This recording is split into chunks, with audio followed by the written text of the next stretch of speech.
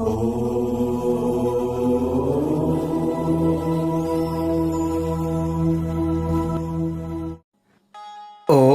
नागाधीश्वरभीष्टरां फणिफणोत्तम सोरुरत्नावली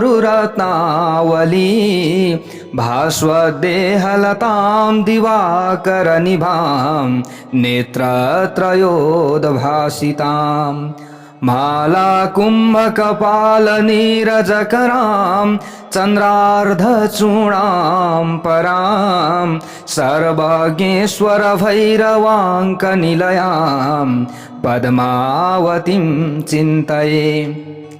नागराज यानी कि शेषको आसनमा बसेकी नागकै फणाहरूले सुशोभित मणिहरूको श्रेष्ठ मालाले देह शरीर चम्केकी, सूर्यको समान तेज भएकी तीन नेत्रले शोभिएकी माला कुम्भ यानी कि घडा अनि कपाल र कमल हातमा लिएकी आधा चन्द्र जडेको किरीट लगाएकी सर्वज्ञेश्वर भैरवको काखमा बसेकी परमोत्कृष्ट सर्वशक्ति सम्पन्न भएकी पद्मावती देवीलाई म चिन्तन गर्दछु, ध्यान गर्दछु, नमस्कार गर्दछु, बारम्बार वन्दना गर्दछु। अगाडि गएर यहाँ ऋषिले भन्नुहुन्छ, इत्याकर्ण्य वचो देवाः सदूतो मर्षपूरितः समाचष्ट समागम्य दैत्यराजाय विस्तरात्। ऋषि भन्नुहुन्छ, देवीको त्यस्तो उत्तर सुनेर झोकिएको दूत अब फर्केर आयो। अगाडि जो शुम्भले देवी भएको ठाउँमा दूत पठाएको थियो, देवीले भन्नुभएको थियो कि मलाई युद्धमा जसले जित्दछ, मेरो घमण्डलाई जसले चकनाचुर पार्दछ, उहीसँग म विवाह गरौँला, नत्र मैले विवाह गर्नेवाली छैन। यसरी सारा कुराहरू दूतलाई भनिसकेपछि त्यो दूत फर्केर आयो, झोकिएर एकदम रिसाएर आएको छ र दैत्यराजलाई आएर सबै समाचार विस्तार पूर्वक सुनायो। त्यो दूतको त्यस्तो कुरा सुनेर तब दैत्यराज शुम्भ अब अत्यन्त क्रोधित भयो, धेरै क्रोधित भयो, यति क्रोधित भयो कि ओहो त्यसको त यहाँ ठेगानै छैन। र सेनापति धूम्रलोचनलाई भन्यो, ए धूम्रलोचन, तिमी चाँडै आफ्ना सेना तयार गरेर लिएर जाऊ, कहाँ छ त्यो देवी त्यहाँ लिएर जाऊ, त्यस दुष्टको चुल्ठोमा समातेर घिस्याएर बलपूर्वक यहाँ लिएर आऊ। यसरी अब शुम्भले आदेश दियो, कसलाई? जो एकदम बलशाली रहेको छ धूम्रलोचन, यो राक्षस, यो असुर। अब त्यसलाई यसरी आज्ञा दिइसकेपछि अब हेर्नुहोस् त्यहाँनिर अरू जो शुम्भले के भन्दैछ त, त्यसको रक्षा गर्न कोही खडा भयो भने त्यो देवता होस् कि यक्ष गन्धर्व जो भए पनि उसलाई मारिदिनु। ऋषि भन्नुहुन्छ अगाडि गएर। अब यसरी शुम्भको यस्तो आज्ञा पाएपछि त्यो दैत्य धूम्रलोचन 60,000 असुर सेना लिएर तत्काल हिँड्यो। सेना ज्ञप्तस्ततः शीघ्रं स दैत्यो धूम्रलोचन। त्यहाँ पुगेर जहाँ देवी हुनुहुन्थ्यो त्यहाँ पुग्यो को यो धूम्रलोचन। त्यहाँ पुगेर उसले हिमालयमा बस्ने भएकी देवीलाई देख्यो। देवीलाई, अत्यन्त राम्री देवीलाई उसले देख्यो र चर्को शब्दले उसले चिच्यायो, हे देवी, तिमी शुम्भ निशुम्भ कहाँ झट्टै हिँडिहाल अहिले। यदि हिँडेनौ भने तिम्रो यहाँनिर खैरात छैन। नचेत प्रीत्याद्य भवती मद्भर्तारमुपैष्यति। यदि तिमी खुसी मनले मेरा स्वामी कहाँ जान्नौ भने, अटेरी गर्छौ, तिमीले हिँडेनौ भने यो म बलपूर्वक चुल्ठोमा समातेर घिस्याउँदै घिसार्दै तिमीलाई लिएर जानेछु। हिँडिहाल तुरुन्त। त्यस्ता महाबलशाली शुम्भ र निशुम्भले तिमीलाई रानी बनाउन खोज्दा तिमी चुप लागेर बसेकी छौ, हिँड। तब देवीले यहाँनिर अगाडि गएर फेरि भन्नुहुन्छ, दैतेश्वरेण प्रहितो बलवान बलसंवृतः बलान्नयसि मामेवं ततः किं ते करोम्यहम्। देवीले भन्नुभयो, तिमीलाई दैत्यहरूका राजाले पठाएछन् र सेना लिएर पनि आएका छौ। ठिक छ, यसमा तिमीले मलाई बलपूर्वक लैजान्छौ भने म अरू के गर्न सक्दछु र? के गर्न सक्दछु मैले? अरू केही पनि मैले गर्न सक्दिनँ। अब यहाँ ऋषिले फेरि राजालाई अगाडि गएर भन्दै हुनुहुन्छ, इत्युक्त शोभ्य धावत। अब देवीले यति भनेपछि त्यो असुर धूम्रलोचन उनीतिर वेगपूर्वक दगुर्यो। अलिकति उसले के सम्झ्यो भने अब देवीले तिमीले अब मलाई लान्छौ नि भने मैले के गर्न सक्दछु र? यसरी भनिसकेपछि उसले निर्बल सम्झ्यो। निर्बल सम्झेका कारणले गर्दा उसले अब वेगपूर्वक देवीतिर दगुरेर अब देवीलाई म चुल्ठोमा समातेर लिएर जान्छु, यो हिसाब उसले लगाएको छ। तब अम्बिकाले हुम फट शब्दको उच्चारण गर्नुभयो। उच्चारण मात्रले त्यसलाई भस्म पारिदिनु भयो। कसलाई? त्यो धूम्रलोचनलाई। देवीले अरू केही पनि गर्नु भएन, हुम फट मात्र गरिदिनु भएको थियो। हुमकारेणैव तं भस्म सा चकराम्बिका ततः। धूम्रलोचन त्यतिखेरै के भयो? खरानी। अनि रिसाएका दैत्यका विशाल सेना र अम्बिकाले परस्पर बाण शक्ति र परशु वञ्चरको वर्षा आरम्भ गरे। त्यो समयमा अब जति पनि त्यहाँ धूम्रलोचनका साथमा गएका जति पनि अरू दैत्यहरू थिए ती सबै दैत्यहरू देवीमाथि खनिए। त्यतिमै देवीको वाहन सिंह रिसायो र रिसाएर भयङ्कर गर्जना गर्दै याल यानि कि जग्गर हल्लाउँदै असुरहरूका सेनामा हम फाल्यो। तुरुन्त हम फाल्यो। उसले कतिलाई पन्जाको प्रहारले कतिलाई दारा धसेर तथा अनेकलाई पछारेर घाइते पार्दै मारिदियो। उसले अब कसले? सिंहले मार्न थाल्यो। त्यस सिंहले नङ्ग्राद्वारा कतिको पेट फोरिदियो, थप्पड हानेर कयौँको शिर फुटाइदियो। जग्गर हल्लाउँदै कतिका पाखुरा भाँची, कतिको टाउको निमोठी, कतिको पेट फोरेर रगत चुस्न थाल्यो। यसै गरी देवीको वाहन त्यो रिसाहा महाबली सिंहले एक क्षणमै असुरका सबै सेनाको संहार गरिदियो। त्यो समयमा सबै सेनाहरू तितर बितर यताउता भागुन थाले। शुम्भले जब यो सबै कुरा सुन्यो कि देवीले त धूम्रलोचनलाई भस्म पारिन रे, अनि सबै जति पनि त्यहाँ गएका थिए राक्षसहरू ती सबैलाई तितर बितर बनाएर खेदाइन् भन्ने कुरा शुम्भले जब सुन्यो, देवीले धूम्रलोचनलाई मारिन् र उनको सिंहले पनि सेना समाप्त पारिदियो भन्ने कुरा उसले अब यो सम्झिँदै ऊ रिसले चोरमुरिन थाल्यो। हेर्नुहोस् है, अत्यन्त अब दैत्यराज ओठ फरफराउँदै अत्यन्त क्रोधित भई तब चण्ड मुण्ड नामक दुई महादैत्यलाई आज्ञा दियो। अब चुकोपदैत्याधिपति शुम्भ प्रस्फुरिताधर। ओठ उसको नि फर गरेछ। हेर्नुहोस् है, रिसाले नि एकदम व्यक्ति रिसायो भने, एकदम क्रोधित भयो भने ओठ के हुन्छ? फर गर्छ। अब त्यस्तै भयो। उसले आज्ञा दियो चण्डमुण्डलाई, हे चण्ड, हे मुण्ड, तिमी दुवै विशाल सेना लिएर त्यहाँ जाओ र त्यसलाई चाँडै यहाँ लिएर आओ। हे चण्ड, हे मुण्ड, बलैर्बहुवी परिवारितौ तत्र गच्छत गत्वा च। छिटो जाओ, चाँडै गइहाल, यहाँ लिएर आओ।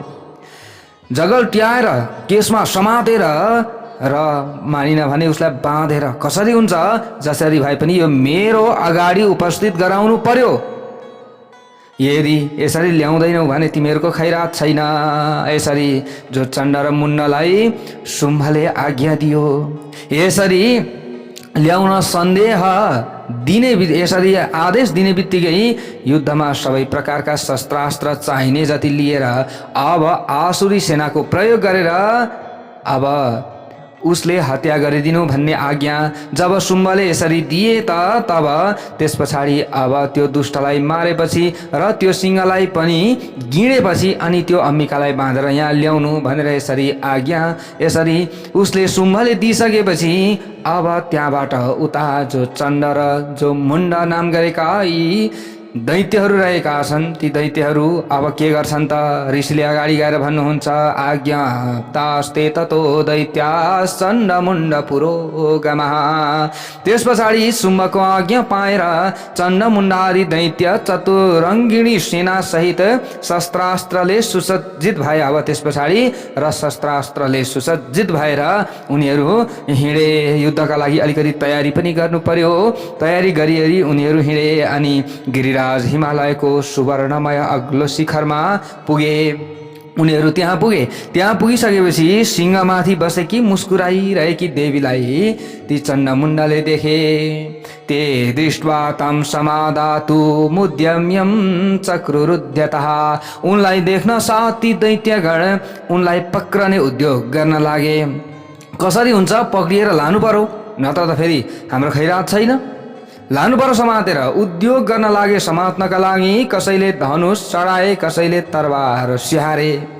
केही देवीको नगिचै पुगेर ठिङ्ग उभिए। अनि अम्बिकाले ती शत्रुमाथि ठुलो क्रोध गरिन्। अब यो समयमा भयङ्कर गर्जना पनि अम्बिकाले गर्नुभयो। त्यो रिसले उहाँको अनुहार त्यतिखेर एकदम कालो भयो। हेर्नुहोस् है, एकदम कालो भयो। त्यो उग्र रिसले गर्दा भगवतीको भ्रुकुटी बाङ्गियो र त्यहाँबाट तत्काल विकराल मुखकी काली प्रकट भइन्। काली माताको जय होस्। ल हेर्नुहोस् है, अब एकदम अम्बिका रिसाइसकेपछि त अम्बिकाको यसरी रिसबाटै कालिका प्रकट भइन्। काली प्रकट भइन् जो तरबार र पास लिएकी थिइन्। काली कस्ती थिइन्? तरबार लिएकी थिइन्, पास लिएकी थिइन्। ती विचित्र खटवाङ्ग धारण गरेकी थिइन्। ती कालीले चितुवाका छालाको सारी पहिरेकी, नरमुण्डको मालाले विभूषित भइरहेकी थिइन्। ती काली, तिनको देहमा मासु थिएन। ल हेर्नुहोस्, केवल हाडको कङ्काल थियो। त्यसैले ती साह्रै डरलाग्दी देखिन्थिन् ती काली देवी। अनि विशाल मुखबाट जिब्रो झिकेर लप लपाउँदै गर्दा ती झन् डरलाग्दी प्रतीत हुन्थिन्। तिनका आँखा गाडिएका र राता थिए। ती आफ्नो भयङ्कर चिच्चाहाटले सबै दिशाहरू गुन्जायमान पार्दै थिइन्। ती काली अत्यन्त शक्तिवाली थिइन्। ल हेर्नुहोस्, ठुला ठुला दैत्यहरूको वध गर्दै गर्दै ती कालिका देवी बेगले दैत्य सेनामाथि जाइलागिन्। अब अम्बिकाले यसरी काली प्रकट गरिसकेपछि अब अम्बिकाले हेर्न लाग्नुभयो। कालिका यसरी युद्धमा अगाडि बढिन्। काली देवी ती सबैलाई धमाधम भक्षण गर्न लागिन्। जति पनि असुरहरू आएका थिए, जति पनि राक्षसहरू आएका थिए, ती सबैलाई पार्श्व रक्षक, अङ्कुशधारी, माहुते, घण्टा सहितका अनेक हात्तीलाई एकै हातले समाएर मुखमा लगाउन लागिन्। अब कालीले ल हेर्नुहोस्, त्यसै गरी घोडा, रथ र सारथी, रथी समेत रथलाई मुखमा हालेर भयानक रूपले चबाउन थालिन्। कसले? कालीले। कसैको जुल्फी समाइन्, कसैको घाँटी थिचिन्, कसैलाई छातीको धक्काद्वारा ढलाएर मारिरहेकी थिइन्। कालीले सबैलाई यसरी तितर बितर बनाउन थालिन्। सबै भागोरे भाग हुन थाले। हेर्नुहोस्, ती असुरले छाडेका ठुला ठुला शस्त्रास्त्रहरूलाई समाई मुखमा हालेर दाँतले किची किची धुलो पार्दै थिइन् कालीले। अब कालीले दुष्ट दैत्यका ती सबै सेनालाई दलीमली पारी खाएर सखा पार्न थालिन् र अनेकलाई अब त्यहाँ जति पनि थिए ती जति सबैलाई अब ठटाएर सबैलाई गोदेर धुलो पार्न लागिन्। पिट्न थालिन् सबैलाई। कति तरबारले काटिए, कति खडवाङ्गले चुटिए, कति दाँतको माझमा परेर किची असुरहरू मृत्युमा प्राप्त हुन लागिरहेका छन्। यस्तो भयानक युद्ध यहाँनिर भइरहेको छ। यसरी देवीले ती सम्पूर्ण असुर सेना एक क्षणमै समाप्त पारिदिएको देखेर ती डरलाग्दी काली देवीतिर चण्ड दगुर्यो। अब चण्ड अगाडि बढ्यो। अब फटाफट अगाडि बढ्यो र अनि मुहार चण्डले पनि भयङ्कर महासुर जो चण्ड थियो। चण्डले पनि भयङ्कर अब बाण वर्षा र हजारौं पल्ट चलाएको चक्रले ती डरलाग्दी देवीलाई ढाकिदियो। त्यस्तो बलशाली चण्डले पनि अब प्रहार गर्यो कि अब म कालीलाई सिद्ध्याइदिन्छु। यो कहाँ कि यो मुर्कुटाई यो काली। ल हेर्नुहोस् है, अब चण्डले आफूसँग भएको बाण हानिराखेको छ, आफूसँग भएको अस्त्र शस्त्र सबै प्रहार गरिराखेको छ। ती अनेक चक्र देवीका मुखमा पस्न थाले। अब सबै हेर्नुहोस् है, सबै देवीका मुखमा पस्दा सूर्यका अनेक मण्डल बादलका उदरमा प्रवेश गरे झैं देखिन्थ्यो। तब भयङ्कर गर्जना गर्ने कालीले रिसाएर अट्टहास गर्नुभयो। त्यो समयमा हाँस्नुभयो र त्यो हँसाइ सुनेर कतिको त अब कानको जाली नै फुट्यो। ल हेर्नुहोस्, त्यस बेला उनको विकराल मुखभित्र कठिनले देखिने दाँतको प्रभावले ती अत्यन्त उज्जवल देखिन्थिन्। बाहिर काली थिइन् र दाँत चाहिँ टिल टिल टल्केका थिए कालीका। अब देवीले ठुलो तरबार हातमा लिएर हम फटको उच्चारण गर्दै चण्डतिर दौडिन। अब र चण्डको कपाल समातेर त्यही तरबारले उसको घाँटी काटिदिन्। चण्ड मारिएको देखेर मुण्ड पनि देवीतिर अब दगुर्यो। फेरि हेर्नुहोस्, जसरी आगोमा पुत्तली दगुर्छ नि त्यसै गरी यिनीहरू आफै मर्नका लागि दगुरिरहेका छन्। यहाँ अरू कसैले केही पनि गर्नु परेको छैन, मर्नका लागि काल खोजेका हुन्। अब कालले कुतकुत्याएका बेलामा अब कसको के लाग्छ र त्यस्तै भइरहेको छ यिनीहरूलाई। रिसाएकी देवीले त्यसलाई पनि मारेर पृथ्वीमा गिराइदिन्। ल हेर्नुहोस्, दुवै वीर चण्ड मुण्डा मारिएका देखेर शेष जति पनि सेना थिए भयले अत्यन्त आकुल व्याकुल भए। चारैतिर भाग्न थाले, तरौता तितर बितर भए। कहाँ भागौँ, कसो गरौँ, के गरौँ। सबैलाई अब त्यहाँनेरि देवीले तरौता तितर बितर बनाइदिइसकेपछि अनि कालीले चण्ड मुण्ड दुवैको मस्तक हातमा लिएर चण्डिकाको सामु गइन् कालीले। अनि अट्टहास गर्दै चण्डिकाको छेउमा गएर कालीले भनिन्, हे देवी, मैले चण्ड र मुण्ड नामक यी दुवै पशु तिमीलाई अर्पण गरे। अब युद्धमा तिमी शुम्भ र निशुम्भलाई स्वयं वध गर्नेछौ। यसरी कालीले भन्नुभयो। अब ऋषिले अगाडि गएर भन्दै हुनुहुन्छ, तवानितौ ततो दृष्ट्वा चण्डमुण्डौ महासुरौ उवाच कालीं कल्याणी ललितं चण्डिका वचः। ऋषिले भन्नुभयो अगाडि गएर, त्यहाँ ल्याइएका ती चण्डमुण्डलाई देखेर कल्याणमयी चण्डीले कालीसित मधुर वाणीमा भन्नुभयो, यस्मात् चण्डं च मुण्डं च गृहीत्वा त्वमुपागता चामुण्डेति ततो लोके ख्याता देवी भविष्यति। हे देवी, तिमी चण्ड मुण्डलाई लिएर म कहाँ आयौ। म अत्यन्त प्रसन्न भएकी छु। आज अत्यन्त म प्रसन्न भएकी छु तिम्रो यो शक्ति, तिम्रो यो पराक्रमदेखि। आहा, तिमीले मलाई साथ दिएकी छौ। यसै निम्ति संसारमा चामुण्डा नामले अब तिम्रो नाम प्रख्यात हुनेछ। अब तिमीलाई सबैले चामुण्डा भनेर पूजा गर्नेछन्, सबैले तिमीलाई स्वागत गर्नेछन्। अब तिमीले चिन्ता नगर। यसरी अम्बिका देवीले चामुण्डालाई भन्दै हुनुहुन्छ। अगाडि गएर ऋषिले फेरि भन्दै हुनुहुन्छ, चण्ड दैत्य मारिएपछि अनि मुण्ड पनि गिडिएपछि तथा धेरै सेनाहरूको संहार भइसकेपछि दैत्यराज शुम्भको मनमा क्रोध उत्पन्न भयो। अब शुम्भले सुने सबै कुरा, जति जान्छन् ती सबै देवीले त भस्म बनाइदिन्छन्, सबैलाई तह लगाइदिइराखेकी छिन् देवीले। होइन, के हो यस्तो, देवीमा के छ यस्तो शक्ति। शुम्भ छक्क परिरहेको छ। शुम्भको मनमा क्रोध उत्पन्न भएको छ, क्रोधले ऊ डरिरहेको छ शुम्भ। उसले समस्त दानव सेनालाई युद्धमा जान तयार हुनु भनियो। अब शुम्भले सबैलाई तयार हुनु, अब युद्धमा जानु पर्दछ आज्ञा दियो सबैलाई। उसले भन्यो, अद्य सर्वबलैर्दैत्या षडशीतिरुदायुधा। आज उदायुध नामक 86 दैत्य सेनापति आफ्ना सेना सहित युद्धका निम्ति प्रस्थान गरून्। आजै प्रस्थान गरून्, अहिल्यै कुनै पनि शुभ कार्यमा ढिला गर्न हुँदैन। कम्बु नामक 84 सेना नायक आफ्ना सेना सहित युद्धका निम्ति प्रस्थान गरून्। उसले आदेश दिँदैछ सबैलाई। अब हेर्नुहोस् है, सबैलाई आदेश दिइरहेको छ शुम्भले। 50 कोटी वीर्य कुल गुल्मका एक सय धौम र कुलका असुर सेनापति मेरो आज्ञाले सेनासहित प्रस्थान गरून्। सबै प्रस्थान गरून्। अब कालका दौरिदा मौर्य कालकेयस्तथा असुरा। कालका दौरिदा मौर्य र कालकेय असुर पनि सारा तयारी गरी तुरन्त मेरा आज्ञाले प्रस्थान गरून्। डरलाग्दो शासन गर्ने असुरराज शुम्भ यसरी आज्ञा दिएर आफू पनि हजारौं ठुला ठुला सेना सहित युद्धमा जान अब निस्कियो। अब म पनि युद्ध गर्छु।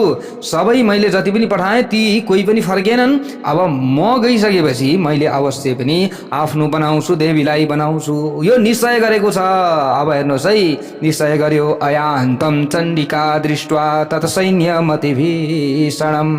त्यसका भयंकर सेना आउन लागेका देख्नुभयो कसले? चण्डिकाले। अब प्रस्थान गरिसकेको छ।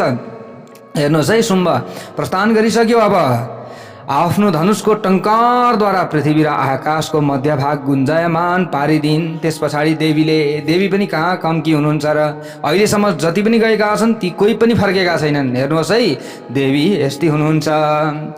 उहाँले धनुषको टङ्कारद्वारा सारा थर्कमान बनाइदिनु भयो, थर्कायमान बनाइदिनु भयो। अनि यहाँनेरि हे राजन, त्यस पछाडि देवीको सिंहले पनि ठुलो गर्जना गर्यो। ऋषिले भन्दै हुनुहुन्छ भयंकर गर्जना गर्यो। अनि देवी जो अम्बिका हुनुहुन्थ्यो, अम्बिकाको घण्टाको ध्वनिलाई झन्चर्को पारिदियो। अब यसरी धनुषको टङ्कार, सिंहको गर्जन र घण्टाको ध्वनिले सम्पूर्ण दिशाहरू गुन्जायमान भइरहेका छन्। सबै कराङ कुरुङ भइरहेको छ। त्यो कठोर शब्द सँगै कालीले विकराल मुख अझ ठुलो पारिन्। काली पनि त्यही सँगै हुनुहुन्छ। अब काली र अम्बिका सँगै हुनुहुन्छ चण्डी। हेर्नुहोस् है, अब यसरी पारिसकेपछि जो कालीले विकराल मुख अझ ठुलो बनाइसकेपछि त अब यी विजयी भइन्। सबैले यसो सम्झिन थाले। हेर्नुहोस् है, देवताहरू पनि यो दृश्य हेरिरहेका छन्। युद्ध भइरहेको छ भयंकर, किनभने देवताहरूको कार्यसिद्धिका लागि नै देवी आउनु भएको छ। देवताहरूले त बारम्बार स्तुति गरेका थिए नि त, त्यो स्तुति हामीले सुन्यौँ। त्यो स्तुति सुन्नाले मात्रै पनि हाम्रो कल्याण हुन्छ। हामीले अगाडिको भागमा त्यो स्तुति राखिसकेका छौँ। त्यो तुमुल नाद सुनेर दैत्यका सेनाले चारैतिरबाट आएर चण्डिका देवी, सिंह र काली देवीलाई क्रोधपूर्वक घेर्दा भए। अब कालीले यसरी घरघोर ठुलो आवाज निकालेर थर्काएपछि, कराएपछि सबै आए। अब दैत्य सेनाहरू चारैतिर वरिपरि भइहाले। हे राजन, उसै बीचमा असुरहरूको संहार र देवगणको कल्याण गर्नका लागि ब्रह्मा, विष्णु, शिव, कार्तिकेय र इन्द्र आदि देवताका अति पराक्रमी, धेरै पराक्रमी बलिया शक्तिहरू ती देवताहरूको शरीरबाट निस्केर उनकै रूपमा चण्डिका देवी भाठौँ गए। सबै ब्रह्माबाट ब्रह्माणी, विष्णुबाट वैष्णवी, शिवबाट शिवा।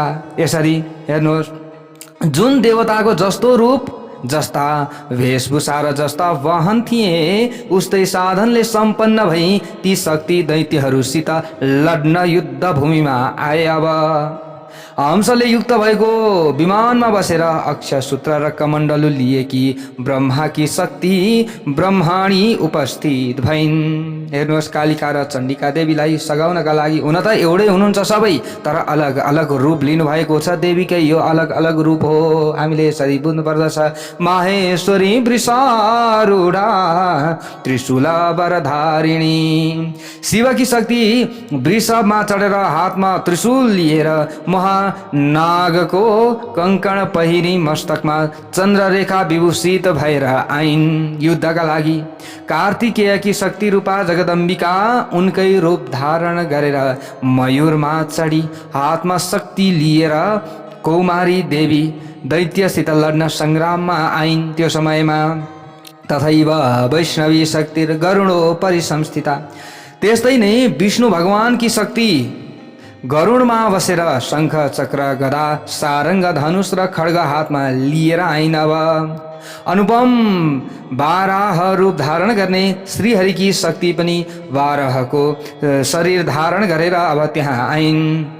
नारसिंही शक्ति पनि नृसिंह झैँ गरेर यसरी नृसिंह कोही शरीर धारण गरेर त्यहाँ आइन्। तिनको घाँटीको रौँ जगल्टा हल्लनाले गर्दा आकाशमा नक्षत्र पनि उछिट्याउँथे। त्यस्ता पराक्रमीहरू थिए। हेर्नुहोस्, इन्द्रकी शक्ति वज्र हातमा लिएर ऐरावतमा बसी आइपुगिन्। तिनका पनि 1000 नेत्र थिए। ल हेर्नुहोस् है, उनको रूप पनि इन्द्रको जस्तै थियो। अनि महादेव त्यहाँ आएर ती चण्डिकालाई भन्नुभयो। अब हेर्नुहोस्, महादेव पनि प्रकट हुनुभयो र चण्डिकालाई भन्नुभयो, मेरो प्रसन्नताका लागि तिमी शीघ्र यी असुरहरूको संहार गरिहाल। यिनीहरूलाई राख्न हुँदैन। यी दुष्टहरू बढेको बढै गरे भने त धेरै ठुलो अनिष्ट हुन्छ। यिनीहरूलाई त तह लगाइहाल्नु पर्दछ। तब देवीको शरीरबाट भयानक स्वभाव हुने उग्र चण्डी प्रकट भइन्। त्यो समयमा ती सयौं स्यालिनीहरू जस्तै प्रकट भएर कराउन लागिन्। अब हेर्नु, सबै स्याउ स्याउ स्याउ स्याउ देवीका शरीरबाट पनि धेरै उग्र चण्डीहरू प्रकट भए। ती अपराजिता देवीले धूम्रवर्णका जटा हुने अब शिवलाई भनिन्, हे भगवान, हजुर मेरो दूत जस्तो भएर तपाईँ शुम्भ निशुम्भ कहाँ पाल्नुहोस्। ती अभिमानी दुवै दैत्य र अन्य लड्न तम्सेका दानवहरू कन पनि हजुरले तिनीहरूलाई पनि गएर सबै कुरा बताइदिनुहोस् कि दूत बनिदिनु पर्यो। अब दैत्य हो, यदि दूत बनेर तपाईँले गएर भन्नु पर्यो, हे दैत्य हो, यदि तिमीहरूको बाँच्ने इच्छा भए तत्काल पाताल जाओ। इन्द्रले त्रिलोकको राज्य पाउन् र देवगण यज्ञ भागको उपभोग गर्न सकुन्। देवगणले यदि अभिमानवश युद्धको अभिलाषा छ भने आओ, मेरा योगिनीहरू तिमीहरूको काँचो मासु खाएर तृप्त हुनेछन्। यसरी देवीले आदेश दिँदै हुनुहुन्छ। त्यस बखत शिवलाई दूत बनाएर पठाइएकी हुनाले नै ती शिवदूती कहिलिन्छन्। ल हेर्नुहोस्, ती बलवान दैत्य पनि शिवबाट देवीको कथन सुनेर रिसाई जहाँ कात्यायनी थिइन् उतैतिर दगुरिन्। अब ल हेर्नुहोस्, गइन्। वहाँ पुग्न साथ उन्मत्त दैत्यले देवी माथि बाण, शक्ति र ऋषि आदि अस्त्रको वर्षा गर्न लागे। गएर अब शिवले सबै सुनाउनु भयो। शिवदूती भइन्। अब देवीको नाम पनि त्यो भयो र सुनाइसकेपछि अब दैत्यहरू युद्ध पनि गर्न आए। हेर्नुहोस्, दैत्यहरू युद्धका लागि त अगाडि नै आइसकेका थिए, तर पनि यहाँ देवीले आफ्नो कर्तव्य पालन गर्नुभएको छ। ल हेर्नुहोस्, उहाँ पुग्न साथ उन्मत्त दैत्यले अब देवीमाथि यसरी बाण वर्षा गर्न थालेपछि शक्ति र ऋष्टि आदि अस्त्रको वर्षा गर्न लागे। शक्ति र ऋष्टि आदिले अनि देवीले पनि शक्ति ऋष्टि आदि गरेको जुन अस्त्र थियो यो वर्षा गर्न थालिसकेपछि देवीले पनि तिनले प्रहार गरेका सबै शस्त्रास्त्रकन आफ्ना तीखा बाणहरूले चट काट्न लागिन्। देवीले सबै बाणहरू काट्दै हुनुहुन्छ अनि असुरहरूले पनि देवीका सबै अस्त्रहरू आफ्ना बाणले काटिदिनु हो। सबै बाणहरू चट देवीले काट्दै हुनुहुन्छ। अनि काली सामुन्ने आएर शत्रुगणलाई शूलले विदीर्ण पार्न लाग्नुभयो। अब काली पनि आउनुभयो। हेर्नुहोस्, काली पनि अगाडि नै प्रकट भइसक्नु भएको थियो। अब फेरि युद्धका लागि अगाडि बढिराख्नु भएको छ। कालीले आफ्नो कर्तव्य निभाइराख्नु भएको छ। ब्रह्माकी शक्तिले रणभूमिमा चारैतिर दगुर्न थालिन् र आफ्नो कमण्डलुको जल छरेर शत्रुको पराक्रम नष्ट पार्दै थिइन्। हेर्नुहोस्, जल छर्किँदै गएर शत्रुहरूको शक्तिलाई कमजोर बनाउँदै यसरी ब्रह्माकी शक्ति ब्रह्माणी दगुर्न लाग्नुभयो। माहेश्वरी त्रिशूलद्वारा र वैष्णवीले चक्रद्वारा तथा कौमारीले शक्तिद्वारा दैत्यको संहार गर्न थाले। इन्द्रकी शक्तिले वज्र प्रहारद्वारा अनेक दैत्य दानवलाई मारेर पृथ्वीमा सुताइदिन्, लडाइदिन्। यस्तो भयानक युद्ध भइरहेको छ। हेर्नुहोस्, वाराही शक्तिले अनेक शत्रुलाई तुण्डाग्र भागले थुतुनोले हानेर नष्ट पारिदिन्। कति दिनका धाराका प्रहारले र शक्तिद्वारा छाती विदीर्ण भएर ढल्न थाले। पुर्लुक ढलिरहेका छन्। यहाँ हेर्नुहोस्, नारसिम्मी पनि अनेक दैत्यलाई आफ्ना नङले विदीर्ण पारेर खाँदै र सिंहनादले आकाश गुन्जायमान पार्दै अब अगाडि बढ्न लागिन्। उनी गर्जिँदाखेरि नि आकाशै गुन्जिन्थ्यो, थर्किन्थ्यो। अनेक असुर शिवदूतीको प्रचण्ड अट्टहासले भयभीत भई पृथ्वीमा ढलेपछि तिनलाई आफ्नो गाँस पार्दै थिइन्। सबैलाई अब देवीले आफूले खाँदै थिइन्। खाँदै खाँदै अगाडि बढ्न थालिन्। यसरी रिसाएका मातृका गणहरूले अनेक उपायद्वारा असुरहरूको मर्दन गरेको देखेर शेष जति पनि सैनिकहरू थिए सब डराए। हेर्नुहोस् है, सबै डराएर भाग्न थाले, तितर बितर हुन थाले। कहाँ जाउँ, कता जाउँ, कसो गरौँ, सबैले आफ्नो ज्यान बचाउ गर्न थाले। अब यहाँ हेर्नुहोस्, कहाँ जाने, अब कहाँ जाँदा ज्यान बाँच्छ, त्यतै भाग्न थाले। भाग्दा पनि कतिको हात भाँचियो, कतिको खुट्टा भाँचियो, कतिको मुन्टो मर्कियो।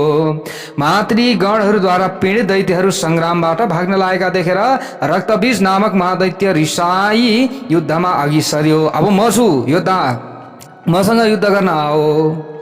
त्यसको शरीरमा चोट लागेर जति थोपा रगत भुइँमा पर्दथ्यो उस्तै पराक्रमी दैत्य पृथ्वीमा उत्पन्न हुन्थे। रक्तबीज यस्तो थियो, हेर्नुहोस् है। जति उसलाई केहीले लागेर चोट लाग्यो र खुन भुइँमा झर्यो, रगत भुइँमा झर्यो भने ऊ जस्तै पराक्रमी अर्को प्रकट भइहाल्थ्यो। यस्तो बलियो, यस्तो बलशाली रक्तबीज थियो। अब हेर्नुहोस्, अब यहाँ उपाय लगाउनु पर्यो देवीहरूले के उपाय लगाउनुहुन्छ अब हामीले श्रवण गर्दैछौँ। के उपाय लगाउने त? अब त्यो रक्तबीज महासुर हातमा गदा लिएर इन्द्र शक्तिसित युद्ध गर्न लाग्यो। अनि अब ऐन्द्रीले, जो इन्द्रकी शक्ति ऐन्द्री थिइन्, ऐन्द्रीले वज्रद्वारा रक्तबीजलाई भटाभट अब हान्न लागिन्। वज्रले घायल भएपछि त्यसको शरीरबाट रगत बग्न लाग्यो र त्यसैबाट ऊ जस्तै बल र पराक्रम हुने योद्धा उत्पन्न हुन लागे। अब रक्तबीज जस्तै योद्धाहरू उत्पन्न भइरहेका छन्।